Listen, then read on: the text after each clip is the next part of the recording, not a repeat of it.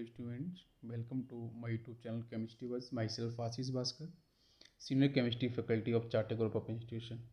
बच्चों आज हम लोग स्टार्ट करेंगे एस ब्लॉक चैप्टर बच्चों हम लोग स्टार्ट करने वाले हैं। तो मैं आपको बताना चाहूँगा बच्चों इनऑर्गेनिक केमिस्ट्री का जो मैकेनिज्म वाला पार्ट है वो भी आपके लेक्चर कंटिन्यूअस है, ठीक है। रिवीजन प्लेलिस्ट में आप देख सकते हो और इनऑर्गेनिक मैकेनिज्म का बच्चों बेसिक कॉन्सेप्ट आपका कंटिन्यूअस चल रहा है और इधर बच्चों हम एस ब्लॉक भी स्टार्ट कर रहे हैं, राइट। तो एस ब्लॉक के बारे में बच्चों जब बात करते हैं तो आपको बच्चों पीरियोड टेबल के अंदर मैंने डिस्कस किया था कि किसी भी गिवन एलिमेंट या इलेक्ट्रॉनिक कॉन्फ़िगरेशन या एटॉमिक नंबर के बेस पे हाउ टू आइडेंटिफाई कि पर्टिकुलर एलिमेंट या जो इलेक्ट्रॉनिक कॉन्फ़िगरेशन है वो किस ब्लॉक से बिलोंग कर रहा है, किस पीरियड से बिलोंग कर रहा है। आइडेंटिफिकेशन रूल्स वहाँ पे डिस्कस किया था मैंने। तो यहाँ बच्चों हम लोग बात करेंगे कि कौन सा एलिमेंट आपके एस ब्लॉक से बिलोंग करेगा। तो इसके लिए बच्चों सबसे आपकी बेस्ट ट्रिक क्या है कि आप इलेक्ट्रॉनिक कॉन्फ़िगरेशन को फोकस करना है, ठीक है। इलेक्ट्रॉनिक कॉन्फ़िगरेशन पे जब बच्चों हम बात करते हैं तो इलेक्ट्रॉनिक कॉन्फ़िगरेशन करते समय, इलेक्ट्रॉन्स को फिल करते समय बेटा ऑर्बिटल्स के अंदर, है ना। तो अब ऑर्बिटल्स आर 3 डायमेंशनल स्पेस जहाँ पे आपके इलेक्ट्रॉन्स की पाई जाने की प्रोबेबिलिटी सबसे मैक्सिमम होती है। तो बच्चों जो आप इलेक्ट्रॉनिक कॉन्फ़िगरेशन कर रहे हो तो करते समय बच्चों ये ध्यान रखना है कि लास्ट इलेक्ट्रॉन क्या बच्चों, लास्ट इलेक्ट्रॉन, ठीक है। लास्ट इलेक्ट्रॉन एग्जैक्टली किस पर्टिकुलर ऑर्बिटल्स के अंदर मूव कर रहा है, किस पर्टिकुलर ऑर्बिटल में मूव कर रहा है। फिलिंग करते समय लास्ट इलेक्ट्रॉन अगर बच्चों एंटर कर रहा है आपके आउटर मोस्ट एस ऑर्बिटल के अंदर, तो एस ऑर्बिटल में अगर बच्चों लास्ट इलेक्ट्रॉन आपका डेफिनेटली अगर जा रहा है तो डेफिनेटली आप बोल सकते हो कि वो जो आपका एलिमेंट है वो आपके एस ब्लॉक से बिलोंग करेगा। क्या मेरी बात समझ में आ रही है बच्चों, क्लियर है। अब इसके अंदर बच्चों एस ब्लॉक में हमारे दो पर्टिकुलर ग्रुप होते हैं, एक ग्रुप फर्स्ट होता है, एक ग्रुप सेकंड होता है। तो फर्स्ट ए एंड सेकंड ए, ठीक है। ये दोनों के दोनों बच्चों आपके एस ब्लॉक से बिलोंग करते हैं, एस ब्लॉक से बिलोंग करते हैं दोनों ही ग्रुप। अब बच्चों मैं बात करूंगा थोड़ा सा information with respect to alkali metals and with respect to alkaline earth metals, ठीक है। तो बच्चों एल्कली मेटल्स जो हैं बच्चों वो हम फर्स्ट ए ग्रुप को बोलते हैं, सेकेंडरी ग्रुप को बच्चों हम लोग बोलते हैं एल्कलाइन अर्थ मेटल, ठीक है। तो पहले मैं क्लियर कर देना चाह रहा हूँ बच्चों फर्स्ट ए ग्रुप को हम एल्कली मेटल्स क्यों बोलते हैं, क्योंकि बच्चों इसके पीछे रीज़न क्या है कि उन बच्चों पार्टिकुलर जो एलिमेंट आपको मिल रहे हैं like lithium, sodium, potassium, rubidium, caesium, francium is the radio active element, उसको बच्चों हम साइड कर देते हैं, ठीक है। और हाइड्रोजन को भी हम लोग एल्कली मेटल्स में काउंट नहीं करते हैं क्योंकि बच्चों हाइड्रोजन अपनी डिफरेंट प्रॉपर्टी के लिए जाना जाता है, तो उसको हम साइड करेंगे अभी, ठीक है। तो lithium, sodium, potassium, rubidium, caesium को आपको ध्यान रखना है, ठीक। तो बच्चा उन एलिमेंट्स को, उन मेटल्स को जब बच्चों आप क्या कर रहे हो, वाटर मॉलिक्यूल्स में डिजोल्व कर रहे हो, तो वाटर मॉलिक्यूल्स में डालने के बाद बच्चों आपको क्या मिलेगा, हाइड्रोक्साइड सॉल्यूशन मिलेगा। तो ये जो बच्चों हाइड्रोक्साइड मिल रहा है, मेटल हाइड्रोक्साइड मिलता है, एक्चुअली ये बच्चों एल्कलाइन इन नेचर होता है। क्या मेरी बात समझ में आ रही है बच्चों, एल्कलाइन इन नेचर होता है जिसकी वजह से बेटा इसको हम क्या बोलते हैं, एल्कली बोलते हैं, ठीक है। और बहुत सारी बुक्स में सीधा ऐसे लिखा है कि हम एस ब्लॉक से बिलोंग करने वाले फर्स्ट ए के हम मेटल्स को जब वाटर मॉलिक्यूल्स में डिजोल्व करते हैं तो एल्कलीज का फॉर्मेशन होता है। तो एल्कलीज बच्चों एक्चुअली में हाइड्रोक्साइड है और उनका बच्चों नेचर कैसा है, एल्काइन इन नेचर है, that's why we will call it alkali metals, clear है, ओके। अब बच्चों मैं बात करूंगा कि आपके सेकेंड डे, तो सेकेंड डे ग्रुप के जो एलिमेंट्स होती हैं बेटा उनको बोलते हैं एल्कलाइन अर्थ मेटल। बेटा इसमें एल्काइन वर्ड तो समझ में आपको आ रहा होगा कि अगर सेकेंड डे के एलिमेंट्स को अगर बच्चों हम वाटर मॉलिक्यूल्स में डिजोल्व करते हैं तो बच्चों डेफिनेटली आपको एल्काइन नेचर तो मिलेगा, ये बात तो फिक्स है, बेसिक नेचर आपको मिलेगा हाइड्रोक्साइड जो मिलेगा। लेकिन यहाँ पे जो वर्ड है बच्चों अर्थ, ये कंफ्यूज कर सकता है, तो इसके बारे में देखो मैं बताना चाहूँगा बच्चों। यहाँ पे अगर मैं एलिमेंट्स की बात करूँ सेकेंड डे के अंदर तो आपको देखो मैं लिख देता हूँ यहाँ पे बेरिलियम, ठीक है, नेक्सिस, बीटा, मांगे, कार, स्कूटर, बाप, और last one is radio active radium. उससे आपको इतना टेंशन लेने की जरूरत नहीं है। तो बच्चों देखो बेरिलियम हो गया, मैग्नीशियम हो गया, कैल्शियम हो गया, स्कॉन्शियम हो गया, बेरियम हो गया, ठीक है। तो इन एलिमेंट्स को जब हम स्टडी करते हैं तो बच्चों यहाँ पे एक एलिमेंट है, important element is the calcium, next is magnesium, next is strontium, ठीक है। तो ये जो बच्चों एलिमेंट्स हैं यहाँ जो बेटा मैं अब बता रहा हूँ इसका मीन, अर्थ का मीन क्या है, ये जो एलिमेंट्स है बच्चों हमारी अर्थ का जो अपर सरफेस है, अर्थ के अपर सरफेस के ऊपर बच्चों कैल्शियम, मैग्नीशियम, स्कॉन्शियम आसानी से बच्चों कंपाउंड्स के फॉर्म में आपको मिल जाते हैं, ठीक है। और इसके पीछे बच्चों अगर मैं रीज़न बताऊं तो अगर आपको पता है जैसे हम लोग पढ़ते हैं सीमेंट इंडस्ट्री के बारे में, ठीक है। तो सीमेंट इंडस्ट्री का जो जियोग्राफिकल लोकेशन है वो बच्चों आपके जो मध्य प्रदेश में है, एक पर्टिकुलर रीजन है। तो मध्य प्रदेश जो हमारा स्टेट है ना, इंडिया की एक स्टेट है, उस स्टेट के अंदर बच्चों सीमेंट इंडस्ट्री बहुत ज़्यादा लगाई गई है, ठीक है। ऐसा क्या रीज़न है? रीज़न इज़ वेरी सिंपल कि बच्चों आपका जो सीमेंट होता है उसके अंदर बच्चों अराउंड 50%, मतलब मोर देन 50% बच्चों कैल्शियम का पार्ट होता है, कैल्शियम ऑक्साइड का पार्ट होता है। क्या मेरी बात समझ में आ रही है बच्चों? तो अब एक क्वेश्चन है कि कैल्शियम ऑक्साइड बच्चों मोर देन 50% सीमेंट के अंदर है, तो बच्चों हमारे नेचर के अंदर, इन्वायरमेंट के अंदर जिस सरफेस पे कैल्शियम कार्बोनेट, मैं सिंपल से बोलूँ, कैल्शियम कार्बोनेट को हीट करते हैं, CO का फॉर्मेशन होगा, CO2 गैस बाहर जाती है। तो जब आसानी से आपको जहाँ पे एज ए रॉ मटेरियल बच्चों इंडस्ट्री के लिए आपको ईजिली अगर कैल्शियम जहाँ से मिल जा रहा है, कैल्शियम ऑक्साइड मिल जा रहा है, तो बच्चों इंडस्ट्री वहाँ पे ऑब्वियसली कोई भी गवर्नमेंट आपकी लगाएगी। बात मेरी समझ में आ रही है? तो इसलिए बच्चों कैल्शियम हो गया, मैग्नीशियम हो गया और स्कॉन्शियम, ये बच्चों आसानी सीमेंट के अंदर पाए जाते हैं। क्या मेरी बात बच्चों समझ में आ रही है? और दीज आर एल्काइन in nature when you dissolve in the water molecules. तो डेफिनेटली बच्चों एल्काइन वर्ड क्लियर है, और एज वेल एज बच्चों अर्थ का मतलब भी क्लियर है। और मेटल्स बच्चों क्यों होते हैं? बिकॉज इनकी जो आयोनाइजेशन एनर्जी और इंथैल्पी और पोटेंशियल वैल्यू बच्चों बहुत ही लेस होती है, बहुत ही कम होती है, मतलब आसानी से इलेक्ट्रॉन्स को ये रिलीज कर देते हैं। तो that's why these are called metals. सब कुछ क्लियर है बच्चों? क्लियर समझ में आ गया? ओके। अब बच्चों बात करेंगे कॉन्फ़िगरेशन पे। तो general electronic configuration for the alkali metals बच्चों आपका NS1 होता है, हम लोग पहले डिस्कस कर चुके हैं बच्चों। एन बच्चों यहाँ पे क्या है? एन बच्चों क्या आपका यहाँ पे है? It is a principal quantum number. ये बच्चों पीरियड को रिप्रेजेंट करता है। स्मॉल एन बच्चों पीरियड को रिप्रेजेंट करेगा। 1 2 3 4 5 6 7 पीरियड्स होते हैं। और एस बच्चों क्या है? सबसेल, हम ऑर्बिटल्स बेटा बोल सकते हैं। और बच्चों यहाँ पे इलेक्ट्रॉनिक कॉन्फ़िगरेशन करते समय लास्ट इलेक्ट्रॉन बच्चों एस ऑर्बिटल में जा रहा है और बच्चों 1 इलेक्ट्रॉन जा रहा है ना। तो बच्चों आपका NS1, तो दैट्स वाई बच्चों यहाँ पे जो ऑक्सीडेशन नंबर आता है इट इज ऑलवेज +1 ऑलवेज, है ना। तो एल्कली मेटल्स का ऑक्सीडेशन नंबर बच्चों चेंज नहीं होगा, ये बच्चों ऑलवेज आपका +1 में रहेगा। इसी तरीके से बच्चों एल्काइन अर्थ मेटल्स की बात करते हैं। तो बच्चों यहाँ पे जब हम कॉन्फ़िगरेशन करते हैं, स्मॉल n बच्चों रिप्रेजेंट करता है पीरियड नंबर को, जिसको बच्चों लोग प्रिंसिपल क्वांटम नंबर भी बोल सकते हैं।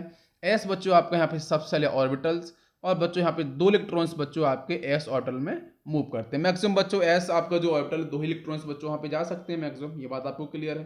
ठीक है। नेक्स्ट देखो बच्चों, तो इसका बच्चों ऑक्सीडेशन नंबर कितना हो जाएगा? +2। क्यों?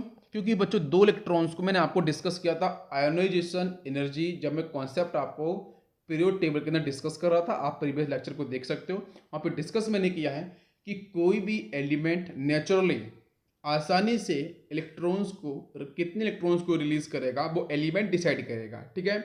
एक केमिस्ट्री के अंदर जो केमिस्ट्री लैब के अंदर जो केमिस्ट बैठा है, साइंटिस्ट बैठा है, वो डिसाइड नहीं करेगा कितने इलेक्ट्रॉन्स को रिलीज करने वाला है। नेचुरली बच्चों वो आपका जो एलिमेंट है वो खुद डिसाइड करता है। और कैसे डिसाइड करता है? अपने स्टेबिलिटी के कॉन्सेप्ट के थ्रू, कि भाई उसकी स्टेबिलिटी किस तरीके से गेन हो रही है। अगर एक इलेक्ट्रॉन को रिलीज करने के अगर बेटा उसकी स्टेबिलिटी आ रही है तो डेफिनेटली एक को ही करेगा। तो इसी तरीके से बच्चों जो एल्कली मेटल्स होते हैं वो सिंगल इलेक्ट्रॉन्स को रिलीज करने के बाद मोर स्टेबल हो जाते हैं एस, और इसी तरीके से बच्चों एल्कलाइन अर्थ मेटल्स आपके 2 इलेक्ट्रॉन्स को रिलीज करते हैं तो बच्चों मोर स्टेबिलिटी गेन कर लेते हैं। तो ये बात बच्चों समझ में आ गई। नेक्स्ट देखो बच्चों, फर्स्ट एक या अब देखो बच्चों मैं आपको बताना चाहूँगा, मैं एल्कलाइन अर्थ मेटल बाद में आपको पढ़ाऊंगा, पहले एल्कली मेटल्स को हम लोग फोकस करेंगे फर्स्ट ईयर को लेके, ठीक है। देखो बच्चों, lithium, sodium, potassium, rubidium, caesium, francium. बच्चों lithium, sodium, potassium, rubidium, caesium all are solid. ये बच्चों नेचर में जो स्टेट है इसका बच्चों किस में मिलते हैं? सॉलिड स्टेट में मिलते हैं। और बच्चों जो फ्रेंशियम है ये बच्चों आपका रेडियो एक्टिव एलिमेंट है। बच्चों इसका आपका एक फॉर्म है Fr233, it is atomic mass, right. Mass बच्चों ऊपर रहता है, ठीक है, नंबर्स आपके नीचे डिफाइन किया जाता है। और बच्चों इसका जो आपका half life it is 21 minute, important. Next बच्चों फ्रेंशियम बच्चों लिक्विड स्टेट में रूम टेम्परेचर पे पाया जाता है। याद रखना बच्चों किसमें? लिक्विड स्टेट में रूम टेम्परेचर पे पाया जाता है। अब चलते हैं बच्चों हम लोग किस पे? एटॉमिक एंड आयोनिक रेडियाई पे, रेडियस पे, ठीक है। तो एटॉमिक रेडियस और रेडियाई पे हम लोग चलने वाले हैं। तो ध्यान से बच्चों हम लोग फोकस करेंगे कि किस तरीके से आपका जो एटॉम, जो आपका एटम का साइज है ये भी बच्चों मैं आपको डिस्कस कर चुका हूँ पीरियड टेबल के पढ़ाते समय बच्चों, पीरियोडिसिटी के अंदर एटॉमिक रेडियस और रेडियस के बारे में। तो यहाँ पे आपको समझने में काफ़ी आसानी होगी, ध्यान से देखना बच्चों। मैंने बच्चों लिया है alkali metals, lithium, sodium, potassium, rubidium, caesium, francium. ठीक है, यहाँ से बच्चों आपका लिथियम, अगर बच्चों लिथियम सिंगल इलेक्ट्रॉन्स को रिलीज करेगा तो बच्चों Li+ बनेगा। मतलब लिथियम, ये जो lithium it is a parent, लिखा है बच्चों मैंने पेरेंट एटम। ठीक है, it is a parent atom. और बच्चों लिथियम जो आपका कैटाइन बना है +1 चार्ज के साथ, ये बच्चों पेरेंट नेम है, क्योंकि बच्चों ये लिथियम एटम से आपका एलिमेंट से आपका डिजाइन हुआ है कैटाइन सिंगल इलेक्ट्रॉन्स को रिलीज करने के बाद। तो अब क्वेश्चन क्या है कि बच्चों टॉप टू बॉटम अगर हम ट्रेवल करते हैं पीरियड टेबल के अंदर, तो बच्चों आपको पता है टॉप टू बॉटम ट्रेवल करने पे बच्चों आपका साइज बढ़ता है। साइज क्यों बढ़ता है, क्यों बच्चों साइज बढ़ता है? क्योंकि बच्चों यहाँ पे principal quantum number small n की वैल्यू बच्चों आपकी इंक्रीज होती है, पहला रीजन। दूसरा बच्चों n की देखो बेटा क्या होगा, 1 2 3 4 5 6 7 तक होता है। और सेकेंड सुनो बच्चों, सेकेंड एक्सप्लेनेशन क्या होता है कि बच्चों यहाँ पे 2 8 it is a magic number, 2 8 8 18 18 and 32। बच्चों आप देख सकते हो, आप एक पर्टिकुलर पीरियड से अगर आप नेक्स्ट पीरियड में जंप कर रहे हो तो मतलब आपके जब हम बेटा बात करें एल्कली मेटल्स की, तो बच्चों इस मैजिक नंबर के अकॉर्डिंग आप इलेक्ट्रॉन्स ऐड होते जाते हैं। मतलब आप जब first period second period move करोगे एल्कली मेटल्स, तो बेटा आपके 2 इलेक्ट्रॉन्स ऐड होंगे। क्या मेरी बात बच्चों समझ में आ रही है? बेटा हाइड्रोजन कितना होता है 1, बेटा आपके लिथियम कितना हो जाता है 2 + 1 बच्चों 3, समझ में आ रहा है बच्चों? फिर 8 इलेक्ट्रॉन एक साथ ऐड होंगे, फिर 8 इलेक्ट्रॉन बच्चों ऐड एक साथ होंगे, फिर बच्चों 18 देख सकते हो बच्चों, फिर से 18, फिर बच्चों 32। मतलब आपके इतने सारे इलेक्ट्रॉन्स अचानक से ऐड हो रहे हैं, तो कहीं ना कहीं साइज तो बच्चों बढ़ेगा ना, रिपल्सन भी तो आपका बढ़ेगा। इंटर इलेक्ट्रॉनिक रिपल्सन को आप साइड नहीं कर सकते हो ना, तो आपका अट्रैक्शन तो न्यूक्लियस करेगा, नो डाउट, उसमें कोई दिक्कत नहीं है, सारे के सारे इलेक्ट्रॉन्स को अट्रैक्शन करेगा, बट रिपल्सन को आप फिनिश नहीं कर सकते। तो रिपल्सन भी तो होगा बच्चों इंटर इलेक्ट्रॉनिक रिपल्सन होने की वजह से, एक तो ये रीजन है। दूसरा रीजन है बच्चों आपका स्मॉल n। ठीक है, इसकी वैल्यू बढ़ने के साथ बच्चों टॉप टू बॉटम आने पे साइज आपका बढ़ता जाता है। बात समझ में आपको आ गई? अब सुनो बच्चों, ये पेरेंट एटम के बारे में बात होगी एल्कली मेटल्स के। अब चलते हैं बच्चों हम लोग आयोनिक रेडियाई पे। तो बच्चों लिथियम में सिंगल इलेक्ट्रॉन निकाला तो Li+ बना, सोडियम निकाला तो सोडियम+ बना, पोटेशियम का पोटेशियम+1 बना, रुबिडियम ने बच्चों निकाला Rb+1 बना। इसी तरीके से बच्चों यहाँ पे आपके कैटाइंस बन चुके हैं। अब क्वेश्चन क्या है कि यहाँ क्या कैटाइंस के अंदर भी आपका सेम पैटर्न फॉलो होगा, क्या नेचुरल प्रोसेस फॉलो होगा? टॉप टू बॉटम आने पे साइज बढ़ेगा? हाँ डेफिनेटली बढ़ेगा। क्यों? क्योंकि सबके सब अपने आउटरमोस्ट इलेक्ट्रॉन्स को रिलीज कर रहे हैं, तो कोई दिक्कत नहीं है बच्चों। सबके साइज क्या होंगे बच्चों आपके यहाँ पे डेफिनेटली एक ही पैटर्न में, जैसे बच्चों पेरेंट एटम का साइज बढ़ रहा था उसी पैटर्न को फॉलो करते हुए आपके आयनिक रेडियाई मतलब कैटाइंस की जो रेडियाई है वो भी आपकी इंक्रीज करेगी टॉप टू बॉटम। ये बात समझ में आपको आ गई? लेकिन जब अगर बच्चों में क्वेश्चन ऐसे पूछूं कि पेरेंट एटम, सुनना बच्चों, पेरेंट एटम और जो कैटाइंस बने हैं उस जैसे लिथियम और लिथियम+1, इन दोनों में साइज किसका बड़ा होगा? तो आपका आंसर होना चाहिए पेरेंट एटम। क्यों? क्योंकि बच्चों पेरेंट एटम जो था उसने जब एक इलेक्ट्रॉन्स को रिलीज कर दिया, तो बच्चों आप पता है कि पेरेंट एटम के पास जो रिपल्सन फील हो रहा होगा, उसने जब एक इलेक्ट्रॉन को रिलीज किया, तो रिलीज करने के बाद बच्चों अब लिथियम+1 के अंदर वो रिपल्सन फील नहीं हो रहा होगा, क्योंकि इसने सिंगल इलेक्ट्रॉन्स को रिलीज कर दिया, आउटरमोस्ट इलेक्ट्रॉन्स को। तो कहीं ना कहीं बच्चों कैटाइंस के साथ क्या होता है, न्यूक्लियस बच्चों ज्यादा अट्रैक्शन फील कराने लगता है। मतलब जब ज्यादा अट्रैक्शन फील कराएगा, इलेक्ट्रॉन्स बच्चों कम हो चुके हैं, है ना, तो इसका मतलब अगर मैं ऐसे बोलूं कि क्वांटिटी ऑफ जो बच्चों अट्रैक्शन फोर्स है वो ज्यादा आपको दिखेगा कहां बच्चों? कैटाइन वाले केस में। और इन केस ऑफ पेरेंट बच्चों यहाँ पे आपका वो इलेक्ट्रॉन जो निकल चुका है वो भी तो ऐड है ना, तो इसका मतलब यहाँ पे आपका क्या होगा, ज्यादा फोर्स ऑफ अट्रैक्शन नहीं होगा। इसका मतलब बेटा साइज के बारे में जब कभी बात की जाए पेरेंट एटम और कैटाइंस के बारे में, तो डेफिनेटली पेरेंट एटम का साइज हमेशा बड़ा होगा एज कंपेयर टू कैटाइन। क्या मेरी बात बच्चों समझ में आ गई? क्लियर है पूरा एक्सप्लेनेशन? तो बच्चों हम लोग एल्कली मेटल्स को पहले कंप्लीट करेंगे, फिर हम लोग अर्थ मेटल्स को कंप्लीट करेंगे। चलते हैं बच्चों नेक्स्ट पॉइंट पे। ओके ये स्टूडेंट्स, नेक्स्ट बच्चों हम लोग बात करेंगे यहाँ पे डेंसिटी को लेके। ठीक है, डेंसिटी की बच्चों जब हम लोग बात करते हैं तो यहाँ पे ध्यान ये देते हैं कि डेंसिटी का बेसिक फार्मूला बच्चों क्या होता है, डेंसिटी इज इक्वल टू आपको पता है मास बाई वॉल्यूम। ठीक है, तो बच्चों यहाँ पे हम लिख के आते हैं कि density is directly proportional to mass and density is inversely proportional to volume.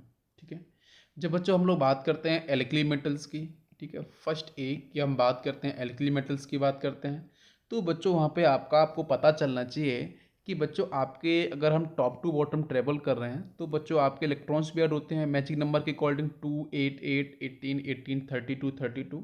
तो बच्चों जब इलेक्ट्रॉन्स इतने सारे ऐड हो रहे हैं, इलेक्ट्रॉन्स का बच्चा अपने आप में मास है आपका, ठीक है, तो इसका मतलब यहाँ पे आपका मास डेफिनेटली इंक्रीज करता है। अब आप बोलोगे कि सर यहाँ पे ऑर्बिटल्स भी तो ऐड हो रहे हैं, भाई प्रिंसिपल क्वांटम नंबर की वैल्यू बढ़ती जा रही है, तो इसका मतलब बच्चों यहाँ पे आपका जो साइज है बेटा वो भी तो बढ़ रहा है, मतलब आपको जो वॉल्यूम है वो भी इंक्रीज कर रहा है। तो मतलब मास के साथ साथ आपका वॉल्यूम भी इंक्रीज कर रहा है टॉप टू बॉटम आने पे। तो अब कंफ्यूजन बन गया कि दोनों में से हम किसको बच्चों डोमिनेंसी डिफाइन करें, किस फैक्टर को। तो बच्चों वॉल्यूम के रिस्पेक्ट में मास बच्चों आपकी मोर डोमिनेंसी में जाता है, ठीक है बेटा। डोमिनेंट कौन करेगा? मास। तो मास बच्चों डोमिनेंट क्यों करता है, उसके पीछे रीजन है बच्चों इलेक्ट्रॉन्स का एडिशन, ठीक है। तो इलेक्ट्रॉन्स बच्चों एक साथ इतने ऐड हो रहे हैं हर एक ऑर्बिटल्स के अंदर आप जंप कर रहे हो जब, तो उसकी वजह से बच्चों जो मास है बच्चों वो ज़्यादा तेज़ी से इंक्रीज होता है एज कम्पेयर टू वॉल्यूम। तो वॉल्यूम भी इंक्रीज होता है, बट कीप इन माइंड कि जितना तेज़ी से मास आपका इंक्रीज करेगा, है ना, उतना आपका तेजी से वॉल्यूम इंक्रीज नहीं करता है, बट दोनों ही इंक्रीज करते हैं। तो मास बच्चों करेगा डोमिनेट। तो कीप इन माइंड कि हम लोग बच्चों क्वेश्चन सॉल्व करेंगे कि density is directly proportional to mass. बात समझ में आ रही है? तो अब बच्चों यहाँ पे ये समझ में आता है कि जब हम टॉप टू बॉटम मूव करते हैं तो वहाँ बच्चों आपको पता है कि डेंसिटी की वैल्यू आपकी इंक्रीज करेगी। टॉप टू बॉटम जब हम ट्रेवल करेंगे तो डेंसिटी की वैल्यू क्या होगी बच्चों? इंक्रीज करेगी। ये आपका रेगुलर पैटर्न होगा, बट रियल पैटर्न क्या होगा? तो रेगुलर पैटर्न बच्चों मैंने लिखा है कि lithium, sodium, potassium, rubidium, caesium. आप देख सकते हो बच्चों, it is a regular pattern, आपकी डेंसिटी बढ़ेगी। बट यहाँ बच्चों एक आपका थोड़ा सा पॉइंट में क्या है, एक बेटा सोडियम और पोटेशियम को लेके। तो सोडियम और पोटेशियम के अंदर थोड़ा चेंज है। वो चेंज क्यों है बच्चों डेंसिटी को लेके? एक्चुअली बच्चों आपका जो नॉर्मल पैटर्न है वो क्या है कि भाई पोटेशियम की डेंसिटी बच्चों क्या है, ज़्यादा है आपके सोडियम से, यही ट्रेंड है, ठीक है। तो अब लेकिन यहाँ पे एक पॉइंट क्या होता है उसको समझना बहुत ज़रूरी है। वो पॉइंट बच्चों कुछ इस तरीके से है कि जब हम डेंसिटी के बारे में बात करते हैं तो वहाँ पे बच्चों आपका जो मैंने लिखा है, due to vacant 3D orbitals there is increase in volume of potassium, so hence density decrease. मतलब इंपॉर्टेंट पॉइंट ये है कि बच्चों पोटेशियम के अंदर 3D ऑर्बिटल्स वेकेंट होने की वजह से यहाँ बच्चों आपका जो वॉल्यूम है वो अचानक से, है ना, वो बच्चों क्या होगा, बहुत तेजी से वो आपका वॉल्यूम इंक्रीज कर जाएगा। मतलब यहाँ पे मास डोमिनेट नहीं करेगा इन केस ऑफ पोटेशियम, यहाँ बच्चों वॉल्यूम डोमिनेट करेगा। इन केस ऑफ पोटेशियम बच्चों यहाँ वॉल्यूम करेगा आपका डोमिनेंट। तो जब वॉल्यूम डोमिनेट करेगा तो वॉल्यूम बेटा इनवर्सली प्रोपोर्शनल टू डेंसिटी है। तो यहाँ बच्चों आपको पता चले कि वॉल्यूम अगर बहुत तेजी से बढ़ जाएगा विद रिस्पेक्ट टू सोडियम, तो इसका मतलब बच्चों इसकी डेंसिटी आपकी कम हो जाएगी, ठीक है। That's why potassium is lighter than sodium, ठीक है। एनसीईआरटी का डाटा बेस है। तो बच्चों हम लोग बोल सकते हैं resultant, so density of potassium is less than sodium. ऐसा क्यों हुआ है? Because abnormal increase in size of potassium. Size का मतलब बच्चों वॉल्यूम को लेके बात हो रही है, ठीक है। तो ये पॉइंट आपको समझ में आ गया। अब मैं आपको एक पॉइंट और यहाँ पे बताऊंगा कि बच्चों एल्कली मेटल्स जो हैं उनकी बच्चों डेंसिटी सबसे लो होती है, ठीक है। एल्कली मेट जो हम बेटा मेटल्स के बारे में बात कर रहे हैं, तो मेटल्स के अंदर एल्कली मेटल्स बच्चों ऐसे मेटल्स हैं जिनकी डेंसिटी बच्चों आपकी काफ़ी लो होती है। क्यों होती है? Because of their large atomic size. ऊपर लिखा है बच्चों low density due to their large atomic size. Large atomics बेटा पता है आपको, जब हम लेफ्ट से राइट में ट्रेवल करते हैं साइज बच्चों क्या होता है, छोटा होता जाता है, ठीक है। Because of Z effective nuclear charge की वजह से, है ना, अट्रैक्शन फोर्स की वजह से। और बच्चों इसका मतलब राइट साइड में जितने भी आपको एलिमेंट मिलेंगे और स्पेसिफिक बच्चों आपके एस ब्लॉक के, उनका साइज सबसे बड़ा आपको मिलेगा। तो सबसे बड़ा साइज होने की वजह से, एटॉमिक साइज लार्ज होने की वजह से इनकी बच्चों एल्कली मेटल्स की डेंसिटी बच्चों मेटल्स के केस में सबसे आपकी लो होती है। क्या मेरी बात समझ में आपको आ गई है?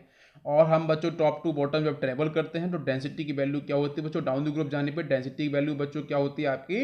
इंक्रीज करती है। बट कीप इन माइंड कि बच्चों आपका सोडियम और पोटेशियम वाले केस को आपको ध्यान रखना है। तो इसका मतलब बच्चों क्या होगा, पोटेशियम आपका यहाँ पहुंचेगा, सोडियम बच्चों इस पॉइंट पे आ जाएगा। तो आपका फिर रियल ट्रेंड क्या बनेगा? तो बच्चों रियल ट्रेंड क्या बनेगा? तो रियल ट्रेंड आपका जो बनेगा उसके अंदर बच्चों डेंसिटी का कॉन्सेप्ट आपका हो जाएगा कि सबसे कम होगा आपके लिथियम का, उसके बाद बच्चों कौन आएगा? लिथियम के बाद, लिथियम के बाद कौन आएगा बच्चों? फिर आपका पोटेशियम, फिर आपका सोडियम, फिर रुबिडियम, फिर आपका सीजियम। सबसे ज़्यादा होगा आपका सीजियम का। तो एक्चुअली यहाँ पे जो आपका इंपॉर्टेंट पॉइंट है पोटेशियम और सोडियम को, ये बात क्लियर हो गई है? ओके।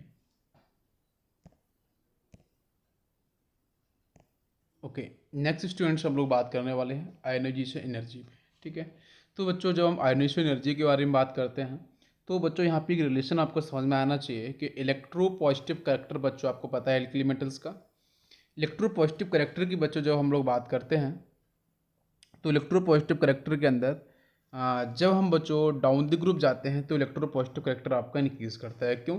क्योंकि बच्चों कहीं ना कहीं आपका जो सीजियम आता है बच्चों last element, because of bigger size outer most electrons, मतलब बच्चों सीजियम वाला केस अगर मैं थोड़ा एक्सप्लेन करना चाहूँ तो आउटर मोस्ट जो आपका सेल होगा बेटा वो काफ़ी डिस्टेंस में होगा। ठीक है, मैक्सिमम डिस्टेंस बच्चों यही साइज बेटा सीजियम का वैसे भी बिगर है, तो आउटर मोस्ट इलेक्ट्रॉन्स के साथ जो फोर्स ऑफ अट्रैक्शन है बच्चों न्यूक्लियस का, मतलब प्रोटॉन्स का, वो बच्चों बहुत ही वीक होगा बिकॉज डिस्टेंस बढ़ चुके हैं। तो उस केस में बाहर का इलेक्ट्रॉन्स अगर थोड़ी सी ही हीट मिलेगी, थोड़ा सा ही टेम्परेचर से मिलेगा, एनर्जी मिलेगी, तो बाहर का इलेक्ट्रॉन्स आसानी से बच्चों आपका एक्साइटेड स्टेट में चला जाएगा, मतलब इन्फाइनाइट पे चला जाएगा। इन्फाइनाइट का मतलब 2 से 3 सेंटीमीटर पे आपका आसानी से चला जाएगा, एक्साइटेशन हो जाएगा। क्या मेरी बात समझ में आ रही है? तो इसको मैं ऐसे रिलेट कर सकता हूँ कि बच्चों आयोनाइजेशन एनर्जी को कि electropositive character is inversely proportional to ionisation enthalpy energy. ठीक है, मतलब इलेक्ट्रोपॉजिटिव वेक्टर जहाँ पे बच्चों जितना आपका ज़्यादा होगा आयोनाइजेशन एनर्जी की वैल्यू उतनी कम होगी। What is ionisation energy? मैं थोड़ा सा एक्सप्लेन करना चाहूँगा, मैंने आपको पीरियोडिक टेबल में डिस्कस किया, आप वहाँ पे लेक्चर्स को देख सकते हो सर्च करके। तो आयोनाइजेशन एनर्जी को मैं थोड़ा यहाँ ये बोलूँगा कि बच्चों एक्चुअली आयोनाइजेशन एनर्जी में होता क्या है, इलेक्ट्रॉन्स को बच्चों उसके आउटरमोस्ट सेल से इन्फाइनाइट पे ले जाने के लिए आप जो एनर्जी को यहाँ सप्लाई कर रहे हो, सप्लाई क्यों करना पड़ता है? क्योंकि बच्चों न्यूक्लियस और इलेक्ट्रॉन्स के बीच में जो फोर्स ऑफ अट्रैक्शन इसको ब्रेक करने के लिए, जो आप यहाँ पे एनर्जी को सप्लाई कर रहे हो, तो सप्लाई करने का मतलब है कि आप यहाँ फोर्स ऑफ अट्रैक्शन को ब्रेक कर रहे हो। और बच्चों सीजियम वाला केस है, लास्ट एलिमेंट है, तो वहाँ तो बहुत ही वीक रहता है बच्चों फोर्स ऑफ अट्रैक्शन, तो कम एनर्जी पे ही बच्चों आसानी से इलेक्ट्रॉन आपका निकल जाता है। क्या मेरी बात समझ में आ रही है? इसका बेस्ट एग्जांपल बच्चों मैं आपको डिस्कस करूंगा अभी सीजियम को लेके, रुबिडियम को लेके और पोटेशियम को लेके। तो बच्चों इलेक्ट्रोपॉजिटिव करेक्टर जहाँ पे जितना ज़्यादा होगा वहाँ पे आपको उतनी ही कम आयोनाइजेशन एनर्जी, मतलब कम एनर्जी सप्लाई करनी पड़ेगी ये आउटर मोस्ट इलेक्ट्रॉन्स को इनफाइनाइट पे ले जाने के लिए। तो मतलब रिलेशन क्या होगा? Inversely proportional. तो बच्चों रिलेशन बेटा आंसर क्या बनेगा? Lithium, sodium, potassium, rubidium, caesium. Caesium का इलेक्ट्रोपॉजिटिव करेक्टर सबसे ज़्यादा होगा तो आयोनाइजेशन एनर्जी सबसे कम हो जाएगी। क्या मेरी बात समझ में आई? नेक्स्ट देखो बच्चों, सो यहाँ पे caesium and potassium and rubidium is used in photoelectric cell. Photo का मतलब फोटोन से बच्चों रिलेशन है कि बच्चा मतलब बच्चों ये प्रैक्टिकल बच्चों कराया जाता है आपकी फिजिक्स लैब के अंदर।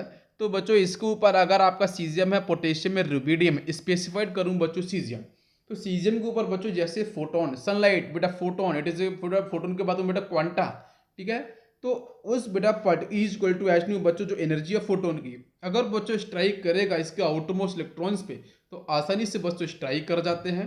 तो जिसकी वजह से बच्चों यहाँ पे फोटो इलेक्ट्रिक सेल के अंदर हम सीजियम का, पोटेशियम का, रुबिडियम का, जनरली मैं बताऊँ तो सीजियम का यूज करने को आपको मिल जाता है।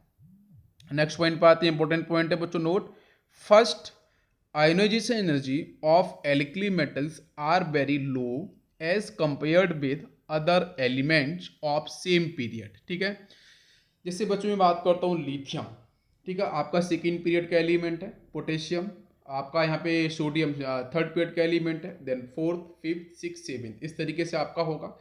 तो बच्चों अब क्वेश्चन तो ये सामने है कि किसी भी रिस्पेक्टिव पीरियड के जब हम बात करते हैं तो रिस्पेक्टिव पीरियड में अगर फर्स्ट आयोनाइजेशन एनर्जी कभी भी आपको वैल्यू निकालने को मिले, कभी भी कंपेयर करने को क्वेश्चन आए, तो हमेशा एल्कली मेटल्स की फर्स्ट आयोनाइजेशन एनर्जी वैल्यू बच्चों हमेशा कैसी होगी?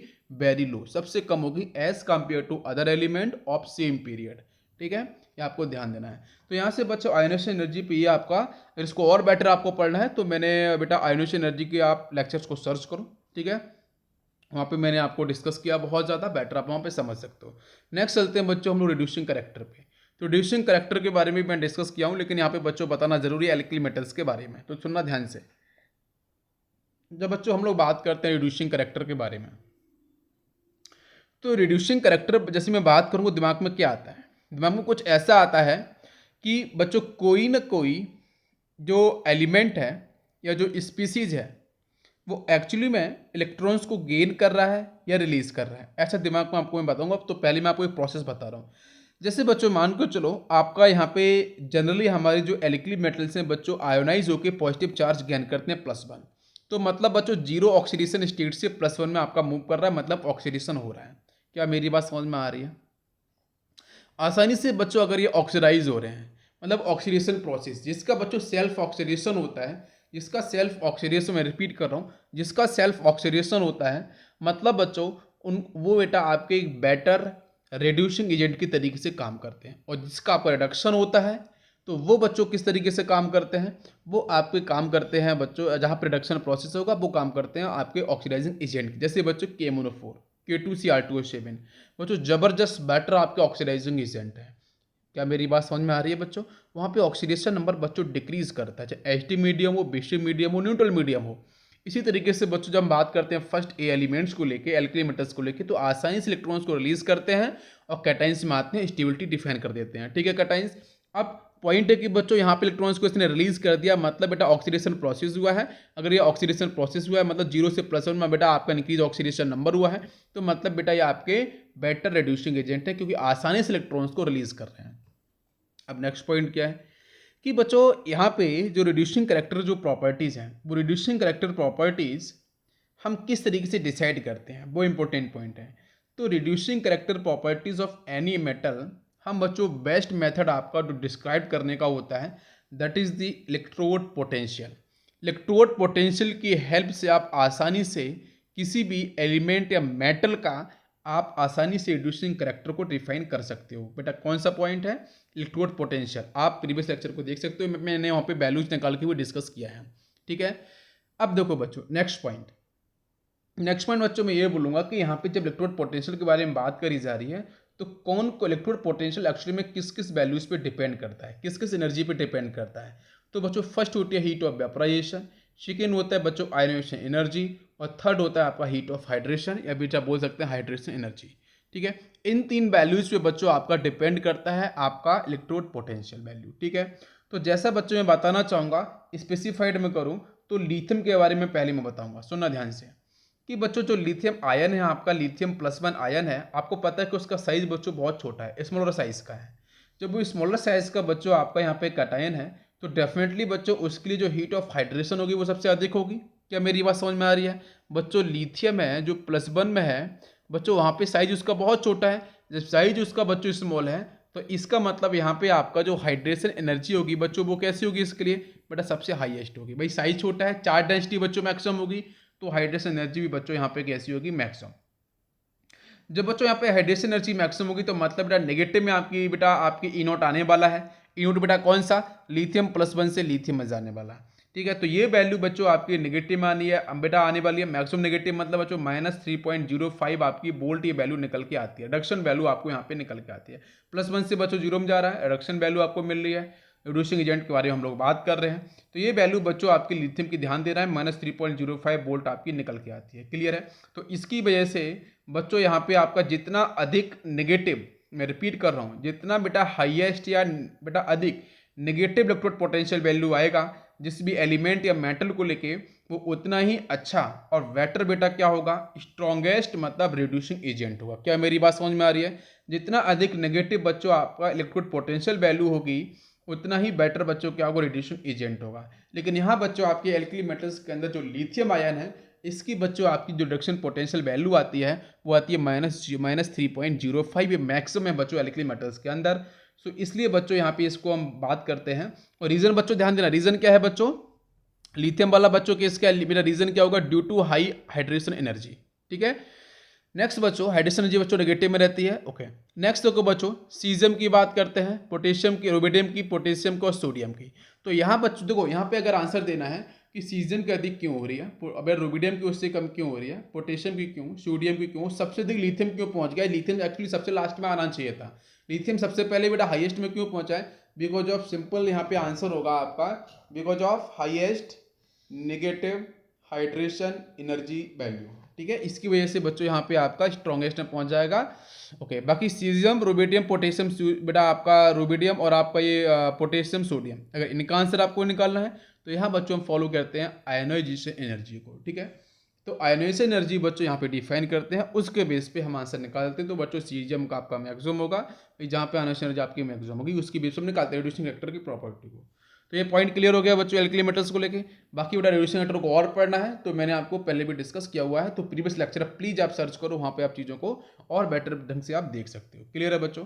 चलो, अब मैं थोड़ा सा आपको एक दो और बेसिक इन्फॉर्मेशन देना चाहूँगा। तो देखना बच्चों, यहाँ पे हम बच्चों बात करेंगे लिथियम के बारे में, सोडियम के बारे में, पोटेशियम के बारे में, रुबिडियम एंड सीजियम, राइट। तो बच्चों यहाँ पे मैं, ये तो आपके एलिमेंट्स हो गए हैं, यहाँ पे मैं आपको बताना चाहूँगा बच्चों इसकी reduction potential value E not m+1 से बच्चों m में चेंज होना, मतलब +1 से बच्चों 0 में चेंज होना। ठीक है, आपका रिडक्शन हो रहा है। टेम्परेचर बच्चों मैं यहाँ पे फिक्स करता हूँ, दैट इज 298 केल्विन पे ही बच्चों ये वैल्यूज आपकी डिफाइन की जाती हैं। क्या मेरी बात बच्चों समझ में आ रही है? तो उस केस में बच्चों यहाँ पे आपकी लिथियम की जो वैल्यू आती है, this is the -3.05 volt, and for the sodium ये बच्चों आता है -2.71, एंड फॉर द पोटेशियम ये बच्चों आता है -2.93, राइट। नेक्स्ट बच्चों रुबिडियम वाला केस बताऊं तो ये आता है बच्चों -2.93, and for the caesium is 1 second, कुछ लिथियम का आपका -3.05, सोडियम का आपका -2.71, पोटेशियम का आपका -2.93, एंड रुबिडियम का आपका -2.93, और बच्चों इसका रहता है -2.93, नहीं 92 होता है। ठीक है, तो यहाँ देख सकते हो बच्चों आप, अगर आप फोकस कर रहे हो तो 2.93, 2.93, 2.92, तो बच्चों ये तीनों ही पोटेशियम, रुबिडियम, सीजियम, इसमें बहुत बड़ा खासा डिफरेंस नहीं है, मतलब काफ़ी क्लोज वैल्यूज हैं। ठीक है, तो आप वैल्यूज़ के बेस पे भी चीज़ों को आप एनालाइज कर सकते हो, समझ सकते हो। समझ में आ गया बच्चों? इंपॉर्टेंट है, क्लियर है? यहाँ तक पॉइंट क्लियर है बच्चों? चलो, अब हम बच्चों चलेंगे कुछ और बेसिक प्रॉपर्टीज़ पे। इतने ही लेक्चर रखते हैं, नेक्स्ट लेक्चर आपको जब भी मिलेगा तो उसके अंदर कुछ और हम फिजिकल और केमिकल प्रॉपर्टीज़ के बारे में स्टडी करेंगे। ठीक है, आज जितना कवर हुआ उसको आप ध्यान से एक बार अच्छे से देखो। ठीक है, thank you, thanks for watching.